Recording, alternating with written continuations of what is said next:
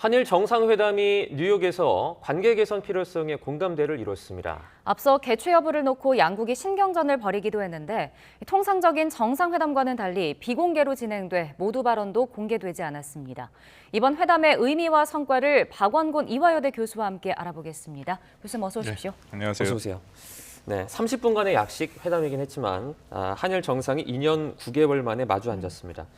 시간이 짧아서 그랬을 수도 있지만요. 원론적이다 이런 평가가 좀 있었던 것 같은데요. 어떻게 보십니까? 글쎄요, 어떤 그 기준을 놓고 평가하느냐에 따라 매우 다르긴 하겠다라고 생각이 됩니다. 근데 네. 말씀하신 것처럼 2년 9개월, 우리가 충분히 2018년부터 한일 관계가 사실은 역대 최악으로 떨어졌었죠. 네. 윤석열 정부 들어서서 어떻게든지 한일 관계를 다시 한번 개선해 보겠다. 지난번 대통령 직접 인터뷰에서는 이른바 그랜드 바겐, 대타협까지도 얘기가 나왔고 네. 그런 면에서는 지금 가장 핵심은 강조 징용자 문제지 않습니까? 네. 그런 상황에서 서로 간의 더 이상의 협상이 사실상 진전이 안 되는 상황이기 때문에 이 양국 수장 간의 그 지도자 간의 만남은 매우 중요했다. 그래서 약식이긴 하지만 일단은 만났다라는 거에 일정 수준 의미는 부여할 수 있다고 생각합니다. 네. 지금 언급해 주셨던 것처럼 이번 회담에서 관심을 모았던 게 강제징용 배상 문제가 논의될지였거든요. 근데 아직까지 대통령실 발표는 없는데 이게 논의 자체가 안 된 걸까요? 아니면 공식 발표를 지금 안 하고 있는 걸까요? 30분을 얘기를 했기 때문에 통역되면 사실은 시간이 굉장히 제한되는 것은 분명하죠. 그런데 그럼에도 한일 간에 가장 첨예하고 관계를 다시금 정상화하는데 가장 핵심은 강제징용자 문제이기 때문에 네. 어떤 형태로든지 논의는 됐을 것이다라고 생각이 됩니다. 물론 이전에 한일 간에 바로 그 전에 또 박진 외무장관이 또 만나기도 했기 때문에요. 그리고 그 전에도 대화는 되고 있어서 강제징용자 문제에 대해서 한국과 일본의 입장은 분명히 확인이 다 되고 있습니다. 서로 간에 그 요구하고 원하고 있는 것은 이제 그런 부분에 대해서 짧지만 만약에 핵심을 얘기를 했다면 핵심을 또 얘기했을 가능성은 있고요. 근데 그보다 더 큰 문제는 역시 한국과 일본이 지금 공통으로 받고 있는 위협, 그러니까 북한 위협에 대한 얘기는 했다라고 알려지고 있죠. 네. 그 북한 문제 같은 경우에 일본이 조금 더 적극적으로 얘기를 나눴다 이런 그 소식도 있어요. 그렇습니다. 왜냐하면 그 북한이 가하고 있는 위협을 보면 물론 한국을 주 대상으로 합니다만 북한이 개발하고 또 준비하고 있는 그 미사일들이 일본까지도 이 사거리를 하기 때문에 네. 일본의 입장에서도 이것이 굉장히 큰 위협이고 그리고 윤석열 정부 들어서서는 북한 문제 또 핵 개발과 미사일 개발에 대해서 강경한 입장을 보이고 있습니다만 그 전에 문재인 정부에서는 이제 관여를 또 중심으로 했기 때문에 그 당시부터 일본이 훨씬 더 북한 문제에 대해서는 또 단호한 입장을 얘기를 했던 것은 사실이죠. 근데 이번에 나타난 거 보니까 어쨌든 그 한일 간의 그 북한 문제에 대한 공동 대응은 매우 중요하다. 이제 그런 합의는 있었다라고 판단이 됩니다. 네.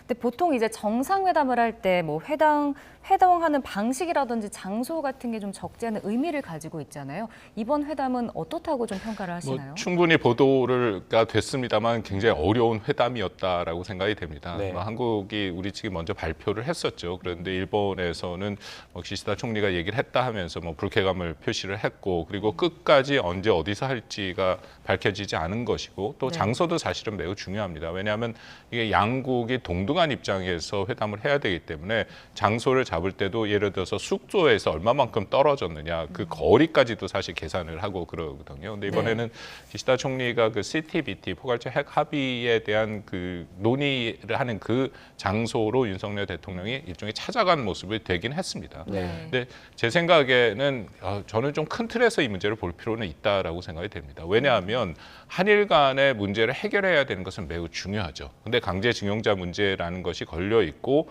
그것이 여전히 한일 간에 굉장히 쉽지 않은 그런 문제로 남아 있습니다. 이런 상황에서 과연 어느 국가가 좀 더 적극성을 갖고 관계를 개선하려고 하느냐, 그거는 사실상 매우 중요한 것이거든요. 네. 그런 면에서는 윤석열 정부가 취임 초부터 어쨌든 관계 개선의 의지를 밝혔던 것이고, 그리고 이것이 외교 관례에서 일부 벗어나는 한이 있더라도 어쨌든 그만큼의 그 노력을 보였다라는 측면에서는 앞으로의 관계가 잘 되기를 물론 바랍니다만 한일 관계는 늘 어려움이 예상을 해야 되기 때문에 이런 상황에서 과연 누가 더 적극적으로 일을 했고 또 관계 개선을 하려는 의지를 보였느냐, 그런 면에서도 저는 큰 틀에서 좀 봐야 되지 않을까 하는 생각도 있습니다. 다음 주에 한덕수 국무총리가 이제 방일 일정을 가지고 있습니다. 기시다 총리와 다시 만날 예정인데 여기서 좀 추가적인 논의가 적극적으로 이루어질 수 있을까요? 이거 뭐 아베 신조 그 전 수상의 국장으로 가는데 여기도 만나면 15분 정도 잡혀 있거든요. 근데 네. 거듭 말씀드립니다만 짧은 시간이지만 결국은 한국이 일본한테 요구하고 있는 강제징용자 문제 다 복잡한 문제가 많이 있습니다만 다 줄이면 네. 어쨌든 일본이 이 문제에 대해서 책임을 인정하고 최소한 사과를 하는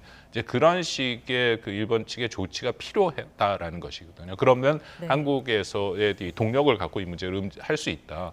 아마 윤석열 대통령도 그런 얘기를 했을 가능성을 완전히 배제할 수 없고 또 한덕수 총리 같이 이제 고위급이 가서는 기회가 있으면 이제 좋은 식으로 그런 그 한국의 입장을 계속 전달하고 일본과의 협력을 구하는 협력을 모색하는 그런 것은 중요하다고 생각이 됩니다. 네. 네.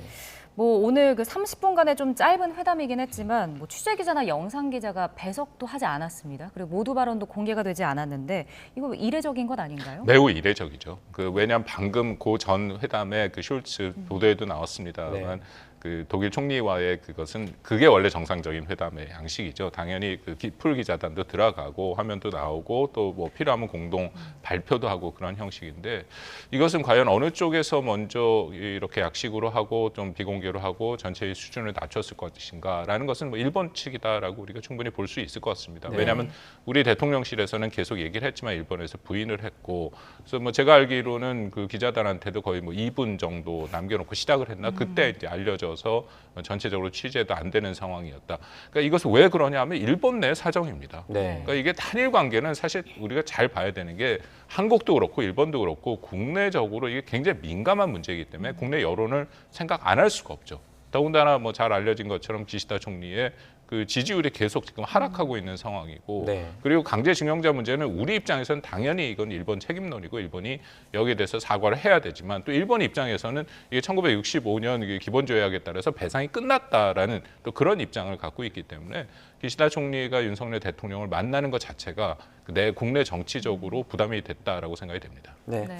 이제 뭐 가까스로 한일 정상회담은 만났습니다. 지금 한미 정상회담이 열리냐 마냐는 아직까지는 유동적인데 만나더라도 짧게 만날 것으로 보이고요. 좀 왜 이런 상황이 발생하는 걸까요? 그 미국 국내 사정이 아마 겹친 것 같습니다. 그 바이든 대통령이 그 매년 9월 달에 하는 유엔 총회 연설은 매우 중요하죠. 네. 특히 유엔이 미국에 있고 뉴욕에 있기 때문에 늘 미국 대통령이 두 번째로 연설을 하는 그런 그 전례가 전통이 이어왔습니다만 이번에는 문제 그 내부적인 미국 내부의 사정 때문에 그 연설도 다음 날로 미뤘고요. 네. 그리고 다자 외교에서는 우리가 늘 하나 생각을 해야 될 게 이게 굉장히 복잡합니다.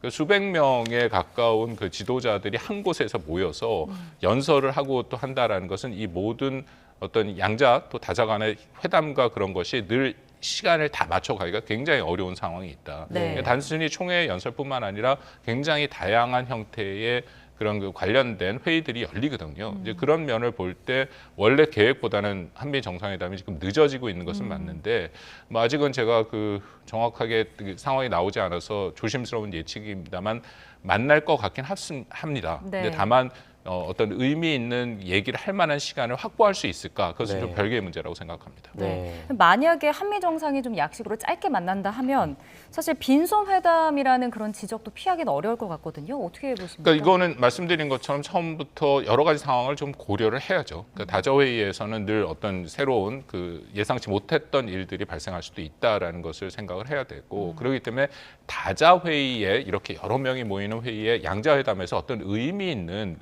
논의를 하기는 사실은 굉장히 어렵습니다. 충분한 시간을 갖기도 어렵고 그리고 양자회담이라는 것, 특히 정상간의 양자회담이라는 것은 어떤 약식 회담 같은 경우는 의제를 정하지는 않지만 네. 대부분의 회담은 사실은 몇 개월 전부터 다 의제를 정하고 그리고 양측에서 충분히 협의를 하고 그 마지막에 정상 간에 만나서 정말 민감한 문제 한두 가지만 해결을 하는 게 그게 보통 양자회담의 기본 형식이거든요. 네. 근데 다자회의는 시간상 그런 것이 어렵고 그리고 그 전에 다자회의가 원래 그러니까 예를 들어서 유엔 총회 같은 경우 9월 연설이 가장 핵심이기 때문에 네. 이런 식으로 양자회담에 그 필요한 여러 가지 의제들을 논의하는 것 자체가 매우 제한된다. 그래서 우리가 뭐 만나서 좀 특히 한국의 입장에서는 할 얘기가 많죠. 네. 근데 만약 그런 것들을 기대하기는 좀 어려운 처음부터 그런 상황이다라고 판단이 됩니다. 지금 두 가지 경제 이슈가 상당히 큰 게 있습니다. 첫 번째는 통화스와프 체결 문제고요. 지금 원달러 환율이 너무 높죠. 두 번째는 한국산 전기차 보조금 제외 문제입니다. 공정성 논란이 불거지고 있습니다. 이런 문제들도 아예 논의되지 않을 가능성이 만약 윤 대통령이 짧게라도 만난다면은 제 생각에는 짧은 시간 내에 두 가지 문제를 얘기할 가능성이 매우 큽니다. 또 네. 뭐 당연히 첫 번째는 북한 문제죠. 북한이 지금 7차 핵실험 얘기까지 나오고 있으니까 여기에 대해서 한미가 아주 철저하게 공조하고 대응하자라는 얘기가 첫 번째로 해야 될 것이고 할 가능성이 네. 높고 네. 그다음에 두 번째는 바로 이 경제 문제 두 가지를 얘기할 가능성이 있습니다. 저는 뭐 짧은 시간이지만 뭐 그 바이든 대통령도 이 내용을 충분히 인지하고 있을 것이고 그리고 대통령이 전달하는 거랑 그 밑에 실무진들이 전달하는 거랑은 비중이 다를 수밖에 없거든요. 그래서 윤 대통령이 이런 얘기를 한다면 바이든 대통령 또 행정부 입장에서도 좀 더 비중을 갖고 이 문제를 검토할 가능성이 크죠. 네. 뭐 바이든 대통령은 유엔 총회 연설에서 뭐 작년에 이어서 올해도 북한을 좀 언급을 했습니다. 북한이 뭐 유엔 제재를 노골적으로 위반한다라고 비판을 했는데 어떻게 들으셨나요? 그렇습니다. 근데 그 앞부분에 미국이 지속적으로 외교적 노력을 하는데도 이제 북한이 거부한다라고 얘기를 하고 있죠. 그것은 전체적으로 바이든 행정부의 대북 정책 기조가 다시 한번 확인이 됐다. 그러니까 바이든 행정부가 처음 등장해서 잘 조정된 그리고 실용적인 대북 접근을 하겠다라는 원칙을 밝혔습니다. 그리고 나서 얼마 전에 성김 대북정책 특별대표가 얘기를 했습니다만 7월까지 북한한테 대화를 하자는 수차례 제안을 했는데 네. 북한이 전혀 응하지 않고 있다. 그러니까 미국의 기본 입장, 바이든 행정부의 기본 입장은 북한과의 대화를 계속 지속을 한다. 근데 북한이 계속해서 미사일을 19번 올해 와서 쏘고 또 7차 핵실험까지 가능성이 있으니까 네. 여기에 대해서는 정확하게 또 이 유엔 제재 위반이다라는 불법성을 얘기를 하면서 또 대응까지 밝혔다. 그러니까 큰 틀에서 바이든 행정부의 대북 정책이 다시 한번 확인됐다라고 판단이 됩니다. 네. 앞서서 윤석열 대통령이 유엔 총회에서 기조연설을 했습니다. 근데 거기서 북한 관련 얘기를 꺼내지 않았습니다. 이게 뭐 전략적인 침묵이다 이런 시각도 있는데 이 부분은 어떻게 보세요? 뭐 저는 두 가지라고 판단이 되는데 윤석열 정부의 대북 정책의 기조는 큰 틀에서 한국이 주체가 돼서 이 판을 끌고 간다라는 생각이 큽니다. 네. 그렇다면은 뭐 북한이 이미 윤석열 대통령의 파리로 이른바 담대한 구상의 비판적인 얘기를 꺼냈고 이제 그런 상황이기 때문에 다시금 뭐 그걸 다시 얘기할 필요는 없다라고 생각이 되고요. 네. 또 만약 그런데도 얘기를 꺼낸다면 이것은 어떻게 보면 북한한테 끌려간다. 그러니까 한국이 확실한 원칙에 따라서 이 문제를 해결하겠다라는 이제 그런 의도가 있다라고 생각이 되고 또 얘기를 이미 충분히 했기 때문에 거기에 대해서 말씀드린 것처럼 북한이 반응을 했기 때문에 여기서 새로운 얘기를 꺼내기는 쉽지 않았다라고 생각이 되는데 네. 뭐 저는 좀 개인적으로 아쉬움은 있습니다. 왜냐하면 이 유엔 총회라는 장이 북한 문제에 대해서는 이것은 북한 문제가 북한 핵 문제죠. 당연히 이것은 한반도만의 문제가 아니라 이게 세계적인 의제, 반확산의 문제이기 때문에 여기에 대해서 한번 원칙을 다시 밝히고 또 담대한 구상이 어떻게 되고 있고 어떻게 이것이 진행이 되고 있는가를 이제 국제사회에서 다시 한번 원칙 차원에서 좀 확인을 했었으면 하는 바람은 있습니다. 네, 네. 알겠습니다. 여기까지 듣겠습니다. 한일 정상회담 그리고 곧 열릴 수도 있는 한미 정상회담 관련해서 박원건 교수와 함께 얘기 나눠봤습니다. 고맙습니다. 고맙습니다.